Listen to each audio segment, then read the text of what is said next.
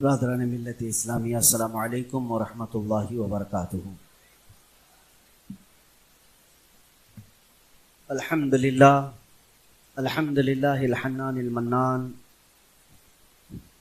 الذي خلق الانسان وعلمه البيان، والصلاة والسلام على رسوله سید الانس والجان وعلى آلہ واصحابہ ذوی الخیر والاحسان، اما بعد فاعوذ باللہ من الشیطان الرجیم، بسم اللہ الرحمن الرحیم۔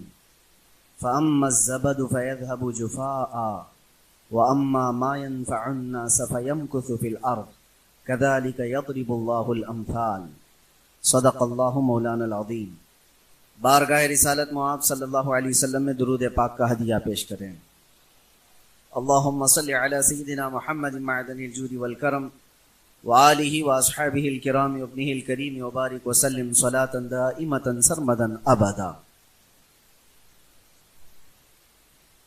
مجھے اس بات کا احساس ہے کہ آج جمعہ ہم اس مسجد میں ادا کر رہے ہیں جہاں پر آپ تمامی حضرات تجارت کے اس مرکز میں اللہ کا ایک گھر قائم کیے ہوئے ہیں،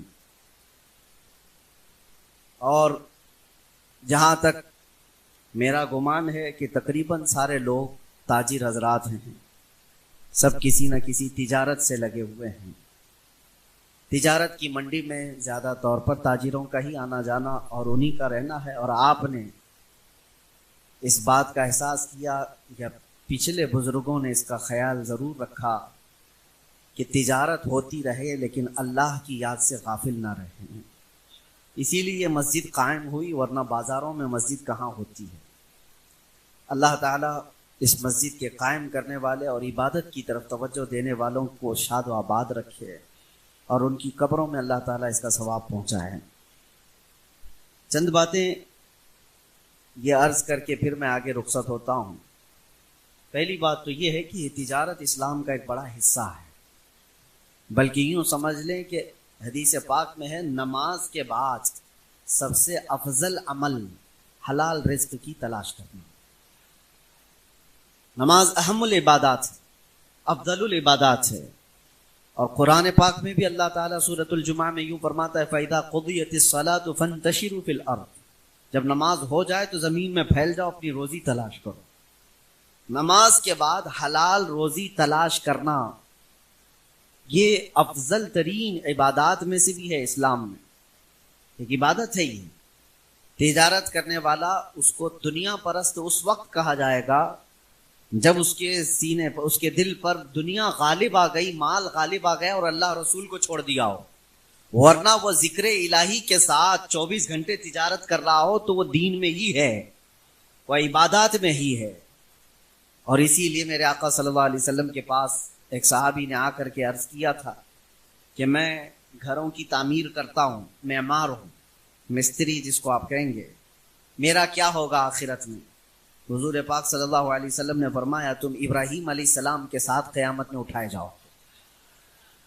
اور ایک صحابی نے کہا میں درزی ہوں، کپڑے سلتا ہوں، تو ان کے متعلق کہا رسول پاک صلی اللہ علیہ وسلم نے تم حضرت ادریس علیہ السلام کے ساتھ اٹھائے جاؤ۔ لوہے کا کام کرنے والے ایک صحابی تھے، انہوں نے کہا میرا کیا انجام ہے؟ حضور پاک صلی اللہ علیہ وسلم نے فرمایا تم حضرت داؤد علیہ السلام کے ساتھ اٹھائے جاؤ۔ ایک صحابی نے کہا یا رسول اللہ صلی اللہ علیہ وسلم میں تجارت کرتا ہوں، میں مال کی تجارت کرتا ہوں۔ حضور نے فرمایا اگر دو چیزیں تو قائم رکھتا ہے زندگی میں، سچ بولنا اور جھوٹی قسم نہ کھانا، تو قیامت کے دن میرے ساتھ اٹھایا جائے گا۔ یہ ہر تاجر کے لیے یہ دو چیزیں میرے مصطفیٰ نے بیان فرمائی، باقی سب کے لیے ہے اس نبی کے ساتھ اٹھایا جائے گا، اس نبی کے ساتھ اٹھایا جائے گا، لیکن تاجر اللہ کے رسول کے ساتھ اٹھایا جائے گا، میرے آقا محمد مصطفیٰ صلی اللہ علیہ وسلم کے ساتھ اٹھایا جائے گا۔ لیکن اس کے لیے دو شرطیں ہیں، اور وہ دو شرطوں میں اکثر لوگ پھسل جاتے ہیں۔ ایک، جھوٹ بول کر تجارت نہ کرے، کسی سے وعدہ خلافی نہ کرے، اور اپنے مال کو بیچنے میں قسم نہ کھائے۔ جیسے سارے اکثر لوگوں کا ایک طریقہ یہ بنا ہوا ہے کہ قسم کھا کر کے اپنے مال کو پکا کر دکھانے کے لیے اور مضبوط کرنے کے لیے اللہ کی قسمیں کھاتے ہیں۔ اللہ کی قسم یہ مجھ کو اتنے میں پڑا ہی نہیں ہے، یہ اتنے کا مجھے پرورتا ہی نہیں ہے، فلاں فلاں، یہ جو جملے تاجروں کے اندر مشہور ہیں، ہاں اگر ان چیزوں سے وہ بچ گیا. اور ایک خاص بات میں آپ کو بتاؤں کہ حضور پاک صلی اللہ علیہ وسلم نے فرمایا برکت کے اللہ تعالیٰ نے 10 حصے پورے زمین پر اتارے، جس میں سے ایک حصہ اللہ تعالیٰ نے سارے کام کاج میں رکھے ہیں. جاب کرنے والے، کھیتی باڑی کرنے والے، زراعت والے، جتنے بھی کام ہیں ان میں برکت کا ایک حصہ، اور تجارت میں 9 حصے اللہ نے رکھے. برکت کے 9 حصے اللہ نے تجارت میں رکھے. اسی لیے مسلمانوں کو یہ کہا جاتا تھا کہ چھوٹا سا بھی حصہ کیوں نہ ہو تجارت کرو، چاہے وہ ٹوپی بیچنا ہو کہ مسواک بیچنا ہو. تجارت میں اللہ تعالیٰ نے برکت رکھا. اس کی وجہ کیا ہے میں آپ کو بتاؤں. میں نوکری پیشہ لوگوں کے خلاف نہیں بولتا، لیکن دونوں میں بڑا فرق ہے. نوکری کرنے والا، ایک جاب کرنے والا کسی بڑی کمپنی میں ہو چھوٹی کمپنی میں ہو، اور ایک تجارت کرنے والا، دونوں میں بڑا فرق ہے. فرق یہ ہے کہ نوکری کرنے والے کی فکس اماؤنٹ آتی ہے. اس کی اگر سیلری 50,000 ہے تو وہ 50,000 مہینے کے اخیر میں یا مہینے کے شروع میں اس کو مل جانی ہے. اس کی تنخواہ اس کو پکی ہے. تو جاب کرنے والے کی تنخواہ اس کو پکا ملنے والی ہے، اسی لیے وہ زیادہ ٹینشن لیتا ہی نہیں، اس کو کسی کی فکر نہیں. مہینہ ختم ہوتے میری سیلری آ جائے گی. گورنمنٹ جتنے بھی جاب کرنے والے لوگ ہیں ان کو اکثر ہم نے دیکھا ہے کہ وہ کمفرٹ زون میں جینے کے عادی ہو گئے ہیں.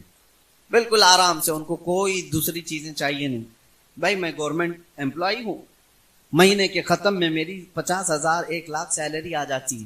ان کو نہ فاتحہ درود کی ضرورت ہے، نہ گھر میں کچھ اگربتی جلانے کی ضرورت ہے، ٹینشن ہی نہیں ہے، تنخواہ آ رہی ہے. اور ادھر تاجر کا حال یہ ہے 50,000 بھی کسی بزنس میں لگایا تو روز دل دھڑکتا رہتا ہے، لگ کے آئے گا کہ ڈوب جائے گا، یہ ڈوبے گا کہ آئے گا، ڈوبے گا کہ آئے گا.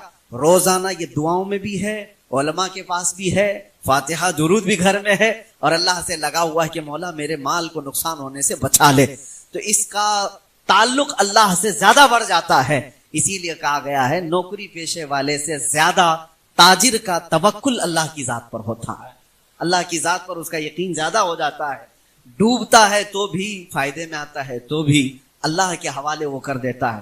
اور اکثر آپ نے دیکھا ہوگا اسی لیے بہت ساری جگہوں پر جاب کرنے والے لوگ مسجدیں کم بنائے ہیں، تجارت پیشہ والے لوگ اکثر مسجدیں بھی قائم رکھتے ہیں. اللہ تبارک و تعالی سچے ایماندار تاجروں میں آپ سب کا بھی شمار فرمائے، اور ہمیں بھی اللہ تعالیٰ اس میں شامل رکھے. میرے آقا صلی اللہ تعالی علیہ وسلم نے تجارت کو فروغ دینے کے لیے خود بھی تجارت فرمائی. حضور پاک صلی اللہ تعالی علیہ وسلم صرف 12 سال کی عمر میں تجارت کے سفر پر نکلے تھے. 12 سال کی عمر میں پہلی تجارت کا سفر آپ نے کیا ہے. تو اللہ کے نبی صلی اللہ علیہ وسلم نے جس میں قدم رکھا ہے وہ میدان کبھی برکت سے خالی ہو نہیں سکتا. آج میں نے ایک آیت آپ کے سامنے تلاوت کی ہے. اللہ تعالیٰ فرماتا ہے فَأَمَّا الزَّبَدُ فَيَذْهَبُ جُفَاءً وَأَمَّا مَا يَنْفَعُ النَّاسَ فَيَمْكُثُ فِي الْأَرْضِ. جو نفع دینے والا ہے لوگوں کو اس کا، اور جو کچرا ہے اس کا. قرآن کہتا ہے، یہ 13ویں پارے کی آیت ہے سورۃ الرعد. اللہ فرماتا ہے جو جھاگ ہے وہ اڑ کے چلا جائے گا. جھاگ سمجھتے ہیں؟ جھاگ جو سمندر کے اوپر آ جائے، کف جس کو کہیں، فینا کہتے ہیں، کئی جگہ پر الگ الگ باتیں ہیں. جو ہوا میں اڑ جاتا ہے، وائٹ وائٹ تو دکھتا ہے لیکن وہ اڑ جاتا ہے. قرآن یہی کہہ رہا ہے کہ یہ جھاگ اڑ جائے گا. وَأَمَّا مَا يَنْفَعُ النَّاسَ، اور جو نفع دینے والی چیز ہے فَيَمْكُثُ فِي الْأَرْضِ، وہ زمین میں ہمیشہ برقرار رہتا ہے، زمین میں قائم رہتا ہے. نفع دینے والے بنو، جھاگ نہ بنو. جو کسی کام کی ہی زندگی نہیں ہے، ایسی زندگی گزار کے فائدہ بھی کیا ہے. اگر دنیا میں آئے ہو تو کوئی ایسا کام کر جاؤ جو امت کو نفع دے، جو انسانیت کو نفع دے. ہمارے پاس آج وہ تاریخیں موجود ہیں. اسی لیے میرے آقا صلی اللہ تعالی علیہ وسلم نے حدیث میں کیا فرمایا؟ من سن سنتا حسنتا فلہ اجرہا واجر من عمل بہا. جس نے کوئی نیا طریقہ ایجاد کیا اچھا، اس کا ایجاد کرنے کا ثواب بھی اسے ملے گا، اور جب تک قیامت تک اس ایجاد کیے ہوئے طریقے پر لوگ عمل کرتے رہیں گے ان سب کا ثواب بھی ایجاد کرنے والے کو ملے گا. کسی نے اگر کوئی ایک مسجد تعمیر کی ہے تو مسجد تعمیر کرنے کا ثواب تو ہے، لیکن لاکھوں جو سجدے اس میں ہوتے رہیں گے ان کا ثواب بھی اسے دیا جاتا رہے. کریٹیویٹی جس کو کہا جائے، ایجادات جس کو کہا جائے، یہ مسلمانوں کا ایک خاص حصہ تھا. آج بانجھ بنا دیا گیا امت کو. آج ہمارے حالات یہ ہو گئے ہیں کہ ان سے کوئی چیز امید ہی نہیں رکھی جا رہی. حالانکہ ماضی قریب تک ہماری ترقیات کا دور اتنا سنہرا تھا، اتنا سنہرا، جس کو تاریخ کبھی بھلا نہیں سکتی.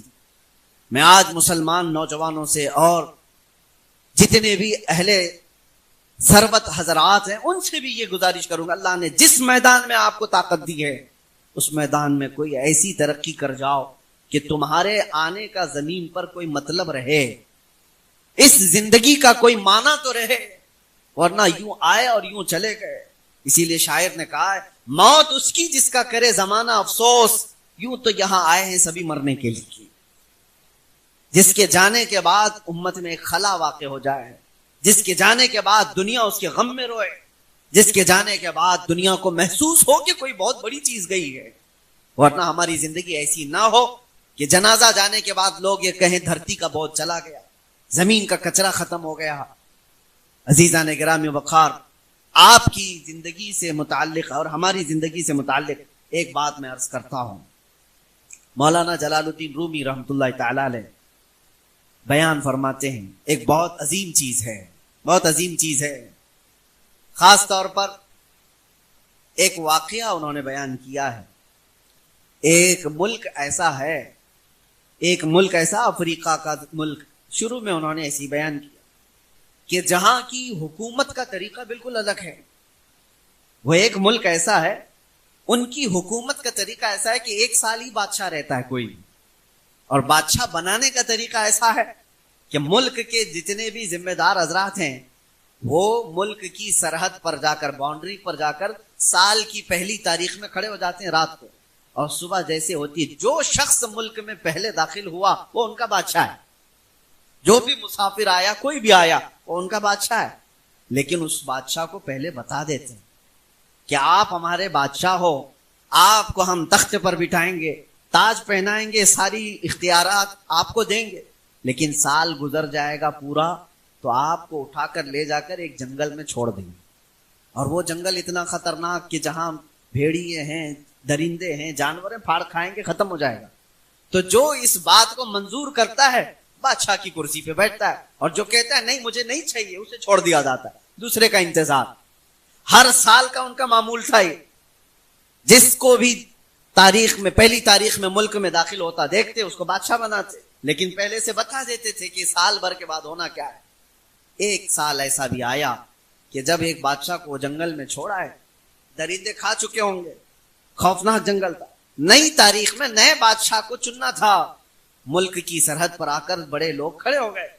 اتفاق ایسا ہوا کہ صبح پہلی تاریخ ہے، اور جو شخص داخل ہو رہا تھا وہ ایک عالم ربانی تھا، دیندار شخص رہا. اور آتے ہی انہوں نے نعرہ لگایا کہ آپ ہم کو بادشاہ مل گیا، بادشاہ مل گیا. جانتے پہچانتے نہیں تھے، لیکن پھر بھی کہا، اس عالم نے کہا کہ کس کا بادشاہ، کیوں نعرے لگا رہے ہو؟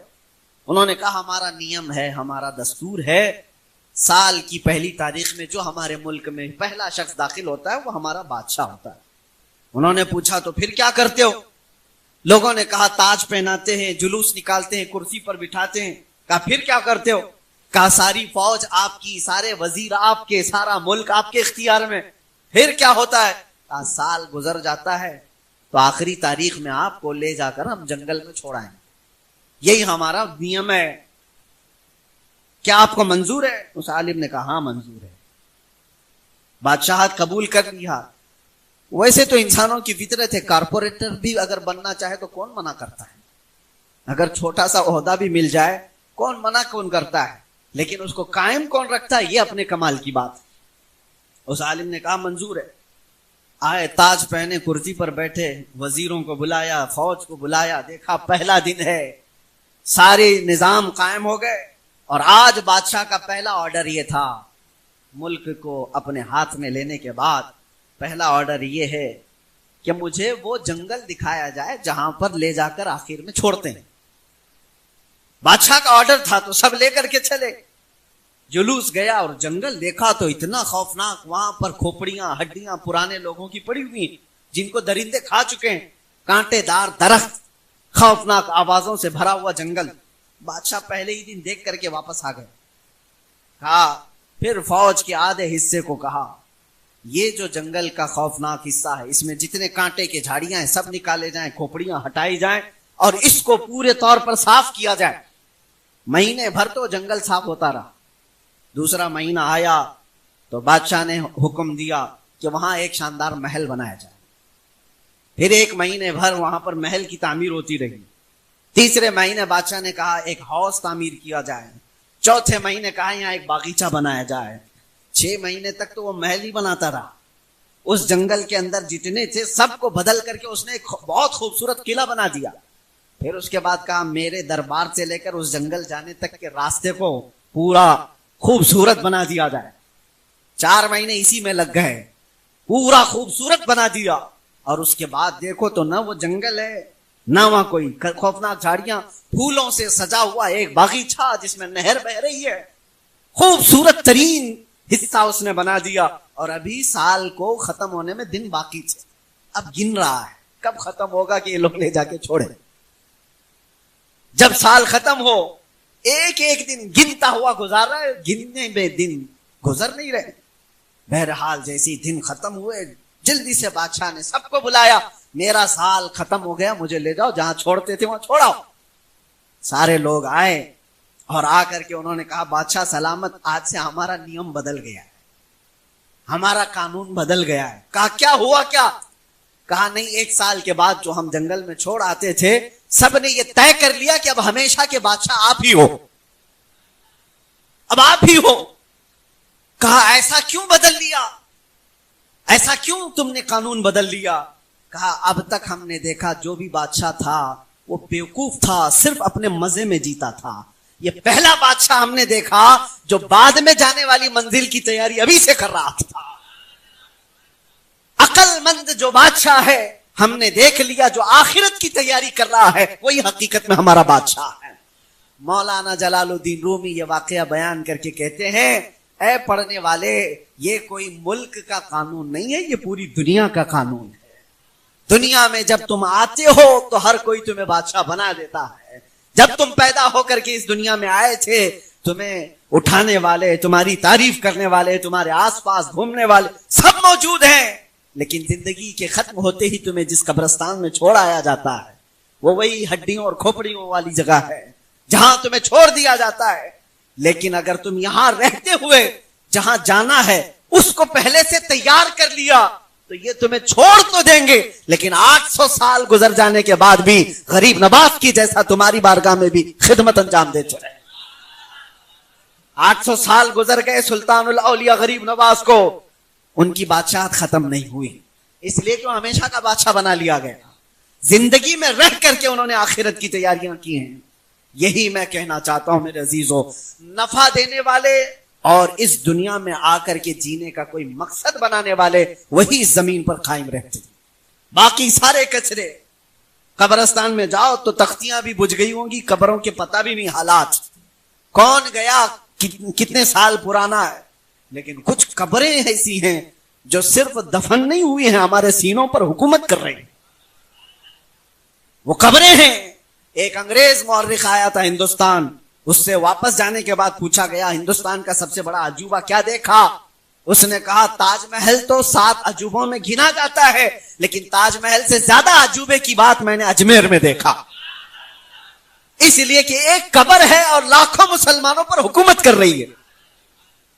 میرے عزیزو, یہ وہ لوگ ہیں جو دنیا میں رہ کر کے نفع پہنچاتے رہے اور ان کی زندگیاں ختم نہیں ہوتی, ان کی زندگیاں اللہ تبارک و تعالیٰ قائم رکھتا ہے. آج مجھے افسوس ہوتا ہے ان نوجوانوں کی زندگیوں کو دیکھ کر کہ جن کی زندگیاں 40 کو پہنچ گئیں, آج تک وہ اپنے بچوں کے لیے کچھ نہیں کر سکے, وہ اپنے آس پاس کچھ نہیں کر سکے. تو زندگی جینے کا مقصد کیا رہا؟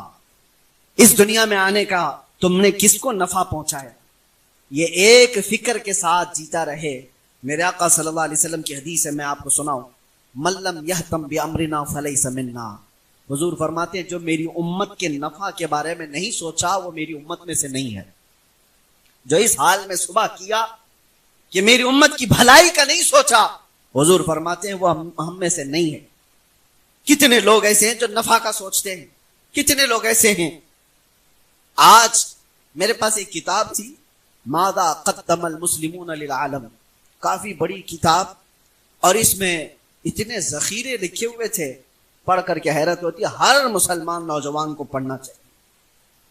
ٹاپک یہ ہے کہ مسلمانوں نے دنیا کو کیا دیا. ایک بہت بڑا ٹاپک ہے.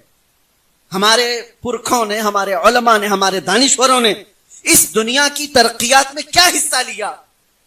اکثر کو تو آج پتہ بھی نہیں، کیونکہ پروپیگنڈا ایسا پھیلا ہوا ہے کہ تم کسی کام کے نہیں ہو، اسی لیے یہ جانتے بھی نہیں. ہر ترقی میں مسلم دانشوروں کا حصہ ہے. دنیا کو آج جس حالت میں آپ دیکھ رہے ہیں، تھوڑا سا اگر مطالعہ کرتے ہیں آپ کو پتا ہے پورا انٹرنیٹ آج جو چلتا ہے، جتنے بھی اس میں ویب سائٹ ہوں، جتنے بھی سوشل میڈیا سائٹس ہوں، سب کے پاس ایک چیز کا استعمال ہے، الگورزم. الگورزم کا استعمال ہر جگہ ہے. اور آپ کو پتا ہے الگورزم کا ایجاد کرنے والا کون تھا؟ محمد بن موسیٰ الخوارزمی. آج سے تقریباً 800 سال پہلے جنہوں نے ایجاد کیا، محمد بن موسیٰ الخوارزمی. خوارزمی سے ہی الگورزم بنایا گیا ہے، صرف ان کا ایجاد کیا. پوری دنیا اس پر آج ڈیپینڈ ہے. کسی بھی سائٹس میں الگورزم کا استعمال نہ ہو، ایسا ہوگا نہیں. میرے عزیزو، پوری دنیا کو جنہوں نے اپنی ایجاد کا محتاج بنایا وہ ایک عالم دین تھے. اور اتنا ہی نہیں، الجبرا کو کون سا نوجوان نہیں جانتا جو کالج پڑھتا ہے؟ محمد بن موسیٰ خوارزمی کا ہی ایجاد کیا ہوا الجبرا تھا. نائٹروٹ، سلفر ایسڈ، اور آج جو ایتھنل اور کئی ایسے کیمیکل کا جو استعمال ہے پوری دنیا میں، کیمیکلز کے بغیر آج دنیا ادھوری. تمہارے صابن، پیسٹ، دوائیوں سے لے کر ہر چیز، حتیٰ کہ پرفیومز میں جو استعمال کیا جاتا ہے. ہم اس کا مطالعہ کر رہے تھے تو پتا چلا کہ یہ تو ایسڈ کا اور کیمیکل کا ایجاد کرنے والا دنیا میں سب سے پہلے وہ جابر بن حیان تھے. سب سے پہلے شخص ہیں. اور آپٹکس کا سب سے پہلے دنیا میں وجود کسی نے دیا، یعنی دیکھنے کی طاقت. اور کیمرے کا ایجاد. کیمرہ آج پوری دنیا کی ضرورت ہے، پوری دنیا. پہلے تو ایسا تھا کہ کیمرے نہیں تھے تو لوگ ہر چیز کرتے. آج کون سا خطہ باقی ہے جو کیمرے کی زد میں نہیں ہے؟ ہر جگہ تم کیمرے کے اندر ہو. اس کیمرے کا ایجاد کرنے والا کون تھا؟ اس کیمرے کا ایجاد کرنے والے ابن الہیثم، ابو الحسن ابن الہیثم تھے. مسلم عالم دین جنہوں نے اس کی ایجاد کی، اور پوری دنیا کو آج ڈیپینڈ ہونا ہے ان پر. کئی مشینیں ایسی ہیں جو آج ہر کار میں، ہر چیز میں استعمال ہوتی، وہ ابن الہیثم کی ایجاد تھی. اور حیرت کی بات میں آپ کو بتاؤں، حضرت العلامہ ابو القاسم الزہراوی ایک بہت بڑے دانشور تھے، بہت بڑے عالم دین تھے. ابو القاسم الزہراوی جنہوں نے سب سے پہلے کلاک استعمال کرنا شروع کیا، گھڑی کی ایجادات کے سلسلے میں انہوں نے بیان کیا. اور ابو بکر رازی، اللہ اکبر، دنیا کا ایسا ڈاکٹر جس نے سب سے زیادہ سرجری کے قانون بتائے. پوری دنیا کی میڈیکل سائنس آج بھی ابو بکر رازی کے بتائے ہوئے طریقوں پر چل رہی آج بھی. اور ابو علی سینا کی لکھی ہوئی کتابیں بچوں کے امراض کے سلسلے میں، ڈاکٹرز اگر پڑھے ہوں گے تو یہ اور بات ہے کہ تاریخ مٹائی گئی ہے، ان کے ایجادات کی کہانیاں چھپا دی گئی. لیکن بنیاد کس کی ہے؟ بنیاد رکھنے والے وہ مسلم علماء تھے جنہوں نے نفع دیا، اپنی زندگی سے نفع پہنچایا ہے پوری دنیا کو. اور آپ کو یہ پتا ہے آج سب سے زیادہ تیز سفر کوئی ہے وہ تو ایروپلین کا سفر ہے، ہوائی سفر ہے. پوری دنیا آج ہوائی سفر میں گلوبل ویلیج میں آ گئی ہے. ایک دیہات کی طرح بن گئی پوری دنیا، جب چاہے ادھر سے ادھر ہو جائے. پوری دنیا کے لاکھوں کلومیٹر کو سمیٹ دیا گیا ایروپلین کے سفر نے. اور سب سے پہلے ایروپلین کی ایجاد کرنے کے لیے جنہوں نے شروعات کی تھی پیراگلائڈز وغیرہ کے ذریعے سے، وہ عباس بن فرناس تھے. یہ بھی مسلم عالم دین تھے. دنیا کو کیا نہیں دیا. وہ کتاب میں نے پڑھا تھا تو حیرت ہوتی ہے. دنیا کی 75% ایجادات مسلم علماء کی ہیں، اور آج اسی امت کا بچہ نشے میں مسحور ہے. آج اسی امت کا بچہ نوجوان گلیوں اور نکڑوں پر اپنی راتیں گزار رہا ہے. آج زندگی بے مقصد گزارنی پڑ رہی ہے لوگوں کو. کیوں ایسا؟ تم بہت با مقصد اس دنیا میں آئے تھے، اور ایسا نہیں ہے کہ اس سے پہلے والے لوگ. اب کام کرنے والوں میں آپ کو بتاؤں، میں بہت جو انسپائر ہوں کچھ چیزوں سے. ممبئی کی سرزمین پر مجھے جب یہ پتا چلا، آپ کو پتا ہے مدن پورہ سنی بڑی مسجد کو آپ نے دیکھا ہوگا، بھائی کلّا کتنی بڑی مسجد ہے، تقریباً 150 سال پرانی مسجد. اسی طرح ایک حمیدیہ مسجد بھی آپ نے دیکھا ہوگا پائدونی میں. یہ مسجد اور مسافر خانہ کراپرڈ مارکیٹ کا سابو صدیق مسافر خانہ، بھائی کلّا میں سابو صدیق پولی ٹیکنیکل ہاسپٹل کالج، یہ 4 سے 5 بڑی بڑی عمارتیں جو تقریباً 100 سال پرانی ہیں. یہ 100 سال پرانی. ان سب کو بنانے والا ایک ہی شخص تھا، ایک ہی شخص. اور حیرت کی بات میں بتاتا ہوں، وہ میمن فیملی سے تعلق رکھنے والے حاجی سابو صدیق. یہ 3 مسجدیں، ایک مسافر خانہ، ایک ہسپتال اور ایک اس زمانے کی انسٹیٹیوٹ کالج، اتنا دنیا کو دے کر کے جانے والا. آپ کو پتا ہے وہ سابو صدیق صرف 23 سال کی عمر میں انتقال کر گیا. 23 یعنی 25 سال سے کم کا جوان یہ ساری چیزیں دنیا کو دے کر چلا گیا. لاکھوں سجدے ان مساجد میں آج بھی ہوتے ہیں. جوان ہو تو ایسا ہو جو امت کو نفع دے کر جائے، زندگی ہو تو ایسی جو لاکھوں کو فائدہ پہنچا کر جائے. اسی طرح سے میں پڑھ رہا تھا، آزادی کی تحریک جب چھڑی تھی ہندوستان میں، آج ہم جو آزادی کی سانس لے رہے ہیں اس میں ایک تو نہیں 30,000 علماء کی قربانیاں شامل ہیں. علماء اہل سنت کی بات کر رہا ہوں. دلی سے لے کر کشمیر تک ہر جھاڑی پر ایک عالم دین کی لاش لٹکتی تھی. انہوں نے قربانیاں دی ہیں. آج سب بجھا دیا گیا. وہ با مقصد زندگی گزارنے والے. اور آپ کو اسی تاریخ کے حصے میں ایک اور عظیم انسان کی میں نے تاریخ پڑھی، ڈاکٹر مختار انصاری کا بھی نام سنا ہوگا. اس زمانے میں یہ انگلینڈ سے پڑھ کر کے ڈاکٹریٹ کر کے آئے ہوئے ایک ڈاکٹر، مسلمان خاندان سے تعلق رکھنے والے ڈاکٹر تھے. ترکی میں خلافت کے سقوط کے بعد بڑی خدمات انجام دینے والا شخص، لیکن ہندوستان میں آئے تو ہم ہمی تھی، آزادی کی تحریکیں چل رہی تھی، جھگڑے فسادات تھے. اس زمانے میں ڈاکٹر مختار انصاری نے دنیا کو ایک طرف دیکھا، لیکن مسلمانوں کے حالات دیکھ کر کے اس نے ایک ادارہ قائم کیا دلی کی سرزمین پر، جس کو آج جامعہ ملیہ اسلامیہ کہا جاتا ہے. 1920 میں یہ قائم ہوئی تھی یونیورسٹی، اور آج وہاں سے ہزاروں اسٹوڈنٹ پڑھ کر کے نکلے. کئی ڈاکٹرز وہاں سے نکلے، انجینئرز نکلے، سائنٹسٹ نکلے، ہر طبقے میں لوگ وہاں سے فائدہ اٹھا کر چلے. ایک شخص کی سوچ ہے جو ہزاروں کو علم سے آشنا کرا، ایک شخص نے. اور اس ہمہ ہمی میں ساری چیزیں چھوڑ کر ایجاد تو کیا. اس طرح سے وہ لوگ تھے جو امت کو نفع دے کر کے گئے، قوم کو نفع دیا، بلکہ ملک کی ترقی میں حصہ لیا. کیا آج یہ جو پروپیگنڈا ہے اس کے خلاف کوئی جواب ہے ہمارے پاس کہ مسلمانوں کا کوئی حصہ نہیں ہے؟ حصہ کیسے نہیں ہے؟ حصہ اتنا بڑا ہے کہ آج ہمارا دیش پاورفل ہے، اور اگنی میزائل رکھتا ہے تو وہ بھی اے پی جے عبد الکلام کی وجہ سے ہے. تاریخ کا یہ بھی ایک حصہ ہے.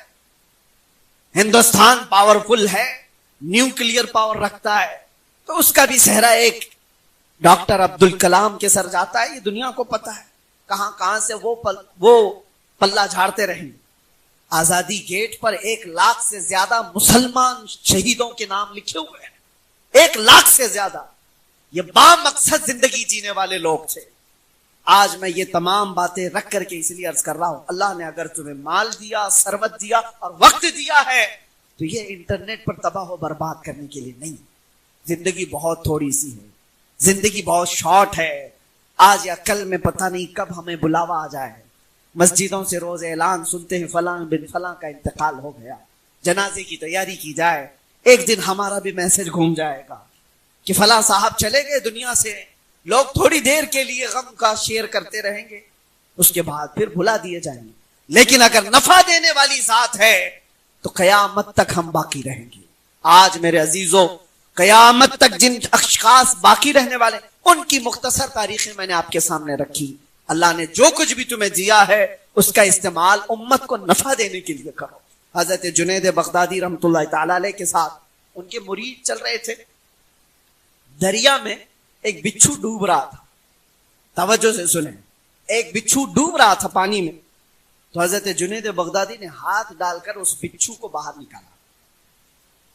بچھو کو باہر جیسے ہی نکالا، بچھو ڈنک مار دیا، آپ نے ہاتھ جھٹک دیا، دوبارہ پھر وہ پانی میں ڈوب رہا تھا، بچھو پانی کا نہیں تھا، تیر نہیں سکتا تھا، مر جاتا، آپ نے دوبارہ اس کو پانی میں سے باہر نکالا، پھر ڈنک مار دیا، اور بچھو کا مارنا آسان نہیں ہوتا، زہر چڑھتا ہے۔ تیسری مرتبہ آپ نے ہاتھ ڈالا اور تیزی سے اٹھا کر باہر پھینک دیا۔ آپ کے مرید نے کہا حضور وہ اتنے ڈنک مار رہا ہے اور آپ اس کو نکال رہے، پانی سے نکال رہے۔ جنید بغدادی نے کہا وہ بچھو ہے، اس کی فطرت ہے ہی ڈنک مارنا، اور میں انسان ہوں، میری فطرت ہے مدد کرنا۔ وہ اپنی فطرت پر عمل کر رہا ہے، میں اپنی فطرت پر عمل کر رہا ہوں، لیکن دنیا بدل گئی، کتنے تو انسانی بچھو بنے، کتنے تو اب ڈنک مارنے کا کام انہوں نے خود لے لیا ہے، ڈنک ان کو مارنا ہے۔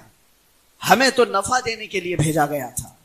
مصطفیٰ کریم صلی اللہ تعالی علیہ وسلم کی امت وہ ہے کہ جو نفع دینے کے لیے دنیا میں آئی۔ فَأَمَّا الزَّبَدُ فَيَذْهَبُ جُفَاءً وَأَمَّا مَا يَنفَعُ النَّاسَ فَيَمْكُثُ فِي الْأَرْضِ، جو جھاگ ہے وہ اڑ کر چلا جائے گا۔ اور رہی بات پروپیگنڈوں کی، ہزار دنیا کچھ بھی پروپیگنڈا بنائے، لیکن اگر تمہاری شخصیت نفع بخش ہے تو ایک دن انہیں جھک کر سلام کرنے پر مجبور ہونا ہوگا، ایک دن تو ماننا ہی پڑے گا۔ کتنے ایسے لوگ ہیں، آپ کو پتا ہے جب فتح مکہ ہوا تھا تو حضور نے اعلان کیا تھا کہ جو ابو سفیان کے گھر میں آئے وہ امن میں ہے، جو کعبے کے پاس آ جائے وہ امن میں ہے، جو عبد المطلب کے گھر میں جائے وہ امن میں ہے۔ صحابہ نے عرض کیا حضور سب نہیں آ پا رہے، ان جگہوں پر کچھ اور اعلان کر دیں۔ حضور نے ایک اعلان اور خاص کیا تھا، جانتے ہو، تاریخ کا حصہ ہے۔ فرمایا ایک راستے میں جھنڈا لگا دو، اور اس جھنڈے کا نام کیا تھا؟ بلال حبشی کا جھنڈا۔ کہا جو اس جھنڈے کے نیچے آ جائے گا وہ امان میں ہے۔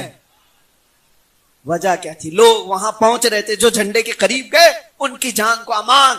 ارے وہ جھنڈا تو ابو بکر صدیق کے نام کا بھی ہوتا، عمر فاروق کا، عثمان غنی کا، حیدر کرار کے نام کا بھی ہوتا، رضوان اللہ علیہ مجمعین۔ بلال حبشی کے نام کا جھنڈا، تاریخ کو یہ بتانا تھا، جس کو تم ذلیل ترین خادم سمجھتے تھے، آج اپنی جان بچانے کے لیے اس کے جھنڈے کے نیچے آنا ہے۔ دنیا تمہیں مانے گی، ایک دن مانے گی۔ نفع پہنچانے والے اور استقامت والے کو دنیا تسلیم کرے گی مجبور ہو کر۔ اور آج ہمیں کام کچھ کر کے جانا ہے، نفع دے کر کے جانا ہے۔ اب بس میں بات کو ختم کرتے ہوئے ایک اور آپ کے سامنے مثال دے دیتا ہوں۔ اکثر ایسا ہوتا ہے، اکثر ہماری زندگیوں میں چیزیں پیش آتی ہیں۔ ابراہیم بن ادھم رضی اللہ تعالیٰ عنہ کسی راستے سے گزر رہے تھے، انہوں نے دیکھا ایک جنگل میں لومڑی ہے جس کے ہاتھ پیر کٹے ہوئے ہیں، لیکن صحت مند ہے، چاروں پیر نہیں ہے، پڑی ہوئی ہے، صحت مند ہے۔ کہا اگر چار پیر نہیں ہے تو چلتی کیسے، کھاتی کیسے، اور یہ صحت کیسی ہے اس کی، موٹی تازی کیسی ہے؟ تو غور سے دیکھنے لگے، دیکھا تو ایک کوا آتا ہے منہ میں روٹی لے کر اور اس لومڑی کو کھلاتا ہے اور چلا جاتا ہے۔ ہر گھنٹے پر کوا آتا ہے، کچھ نہ کچھ چیزیں لاتا ہے، لومڑی کو کھلاتا ہے اور چلا جاتا ہے، اور لومڑی پڑی ہوئی ہے اور مست ہے۔ کہا اس کی اور اس کی برادری کا کوئی تعلق ہی نہیں، لومڑی الگ قسم ہے، کوا الگ قسم ہے، لیکن یہ اللہ کا نظام دیکھو، یہ خالق کا نظام ہے، مجبور کو کھلا رہا ہے۔ ابراہیم بن ادھم نے دیکھا میرا رب جب معذور لومڑی کو کھلاتا ہے تو میں اشرف المخلوقات ہوں، مجھے کیوں نہیں کھلائے گا؟ آپ نے دنیا سے کنارہ کشی اختیار کر دی، سب کو چھوڑ دیا اور اپنے ہاتھوں کو اور پیروں کو زنجیر میں باندھ کر خود بھی پڑے رہے، میں انسان ہوں، میرا رب مجھے کھلائے گا۔ اور اس کے بعد دن بھر پڑے رہے، کوئی کوا نہیں آیا۔ دوسرا دن بھی گزر گیا، کوئی نہیں آیا کھلانے کے، بھوک اور پیاس کی شدت بڑھتی گئی۔ تیسرا دن آیا، کچھ نہیں ملا۔ حضرت شفیق بلخی اس زمانے کے بزرگ ہیں، انہوں نے لوگوں سے پوچھا ابراہیم کا کیا حال ہے, کہاں ہے؟ لوگوں نے کہا سنا ہے حضور انہوں نے اپنے ہاتھوں پیروں کو زنجیروں سے باندھ کر دنیا سے کنارہ کشی اختیار کر لی. کہا اچھا تو وہ آئے. شفیق بلخی نے دیکھا, کہا اس حالت میں پڑے کہ پیٹ پیٹ سے لگا ہوا ہے, کمزوری آ گئی. پوچھا ابراہیم کیا حال ہے تمہارا؟ کہا میں نے چند دن پہلے یہاں پر ایک لومڑی کو دیکھا جو معذور ہے پیروں سے ہاتھوں سے اور چل پھر نہیں سکتی, لیکن ایک کوا آتا ہے برابر وقت پہ اسے کھلاتا ہے اور چلا جاتا ہے.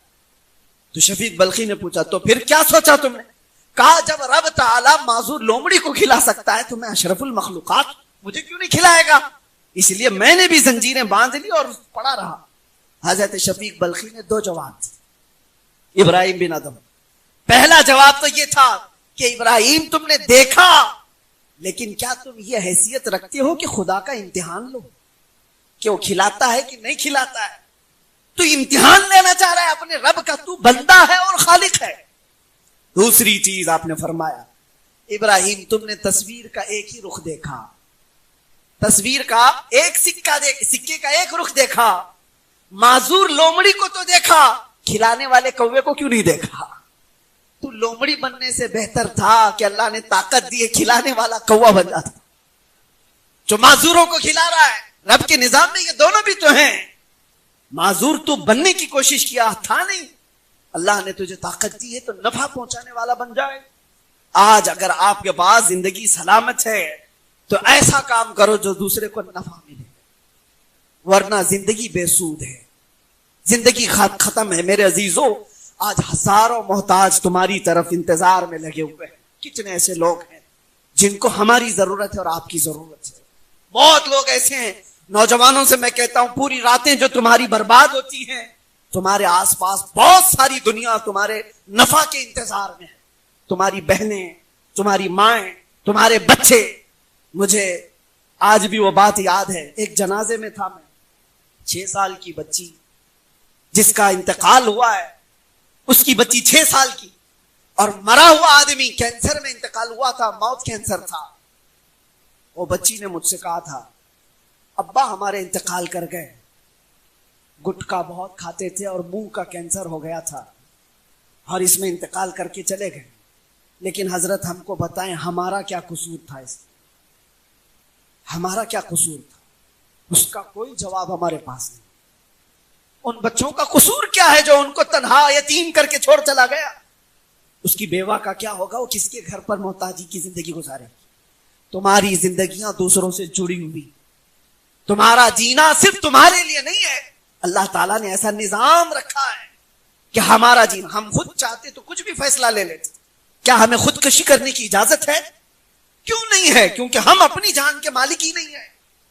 ہم اپنی جان کے مالک ہوتے تو خودکشی کر کے چلے جاتے, لیکن ہم اپنی جان کے مالک نہیں. ہزاروں ہم سے زندگیاں جڑی ہوئی, اور آپ کی زندگیاں اس سے زیادہ اہم ہیں. تمہاری زندگی تو رسول اللہ سے جڑی ہوئی, ان کے نام سے جڑی ہوئی ہے. امت کے ساتھ تمہارا تعلق ایسا ہے کہ تمہارا ہر عمل دنیا دیکھ رہی ہے, کوٹ کر رہی ہے. اٹھو وہ گھر نہ حشر نہ ہوگا پھر کبھی, دوڑو کے زمانہ چال اپنی چل گیا. ہزاروں لاکھوں نوجوانوں میں اب کوئی سائنسدان کیوں نہیں اٹھتا؟ اب کوئی ایجادات کی دنیا میں کوئی کیوں نہیں آتا؟ ملک کی ترقی, معاشرے کی ترقی. حالات تو یہ ہے کہ ہمارے محلوں میں کوئی گھر لینا پسند نہیں کرتا. جو مسلم محلے ہیں ہر جگہ کے حالات ایسے کہ ہم نے کوڑا کرکٹ اور اس کو گندگیوں سے ایسا تباہ کر کے رکھا کہ لوگ ناک پکڑ کر کے گزرنا چاہتے ہیں.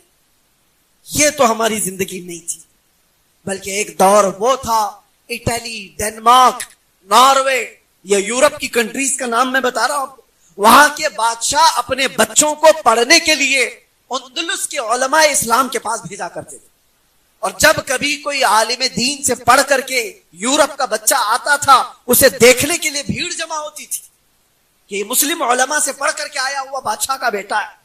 اور آج حالات بدل گئے, ہمارے بچے یورپ جا رہے ہیں, علم رخصت ہو گیا ہمارے اندر سے, جہالت اتنی زیادہ آ گئی. مجھے درد اس بات کا ہوتا ہے کہ دنیا کے کتنے خطوں میں میں نے دیکھا ہے, شہر کا جو علاقہ مسلم ڈومینیٹ کہلاتا ہے, بہت سارے شہر ہیں ہندوستان میں جہاں مسلم میجورٹی, مسلمان محلے کثرت سے ہیں, ان علاقوں کی ایک کامن چیز ہم نے ہر جگہ دیکھی کہ سارا نشہ وہیں بکتا ہے، وہیں ہوتا ہے، وہیں ڈیلر ہوتے ہیں، سب کچھ وہیں۔ کیوں ایسا ہے؟ ممبئی کے حالات نہیں، دلی جاؤ، بنگلور جاؤ، کلکتہ جاؤ، بڑے شہروں کے سب جگہ کے حالات، مسلمان اس میں کثرت سے ملوث ہیں۔ پھر میں پوچھتا ہوں، یہ کون سے مسلمان؟ اللہ کے نبی صلی اللہ تعالی علیہ وسلم نے جس امت کو بنایا، جو معاشرہ ترتیب دیا، وہ معاشرہ تو ایسا تھا، رات بھر خود بھوکے رہ کر پڑوسی کا خیال کرنے والے۔ نشہ تو بہت دور کی بات ہے، جنگ میں شہید ہونے کے وقت زخم کھا کر کے گر گیا، ایک کھٹوری پانی کسی نے لا کر کے زخمی صحابی کو دی، ان کو جیسی آواز آئی کہ فلاں کو پیاس لگی، انہوں نے پانی نہیں دیا، کہا اس کو پہلے پلا دو۔ اپنی موت کے وقت پانی قربان کرنے والی امت تھی یہ، اور آج اپنے مزے کے لیے نشہ کرنے والی امت کیسے ہو گئی؟ ان حالات کا ذمہ دار کون ہے؟ ہر ایک کو اس کی ذمہ داری اٹھانی ہوگی۔ بڑے لوگوں کا حال یہ ہے، آج بوڑھے ہو گئے لوگ، پیسے والے لوگ ہیں یا معاشرے میں اثر و رسوخ رکھنے والے، یہ کہتے ہیں کسی کے لفڑے میں کیوں جانے کا، کوئی بگڑ رہا ہے تو بگڑنے تو، ہم کو کیا کرنا ہے؟ تم سے بھی قیامت کے دن سوال ہوگا۔ جبرائیل امین علیہ السلام فرماتے ہیں حضور سے، ایک بار اللہ کا ایسا غضب ہوا تھا ایک بستی پر کہ پوری بستی تباہ کرنے کا حکم ہوا کہ پوری بستی کو تباہ کرو، لیکن اس میں ایک نیک بندہ تھا جو کبھی گناہ نہیں کیا تھا۔ میں نے رب سے عرض کیا کہ مولا اس کا کیا کرنا ہے، اس کو نکالے؟ اللہ نے فرمایا اس کو بھی تباہ کرو، وہ نیک تھا، گنہگاروں کی بستی میں رہ رہا تھا، اس کو کیوں تباہ کریں؟ رب تعالیٰ نے فرمایا وہ برائیاں دیکھتا ہے اور کسی کو روکتا نہیں، خود تو پاکیزہ ہے لیکن روکتا کسی کو نہیں تھا۔ یہ آپ ہرگز نہ سمجھیں ہمارے آس پاس زنا کے اڈے چل رہے ہیں، آس پاس شراب کی بوتلیں خوب چل رہی ہیں اور ہم کسی کو کچھ نہ بولیں۔ ارے مسلم معاشرے میں تو ٹپس دینے والے تو بہت سارے ہیں، مسلمانوں کے گھروں کی جاسوسیاں پولیس کو کرنے والے تو کتنے پیدا ہوئے ہیں، لیکن کاش یہ لوگ ٹپر بننے کی بجائے، جاسوسی کرنے کی بجائے امت کی خیر خواہی کے لیے نوجوانوں کی اصلاح کی کوشش کرتے، ثواب کے بھی مستحق ہوتے۔ امت کی اصلاح ایسے نہیں ہوگی۔ میں آپ سے یہ کہتا ہوں کہ اٹھو، ذمہ داریوں کا احساس کرو، نہ خود برائی کرو گے نہ برائی ہونے دو گے۔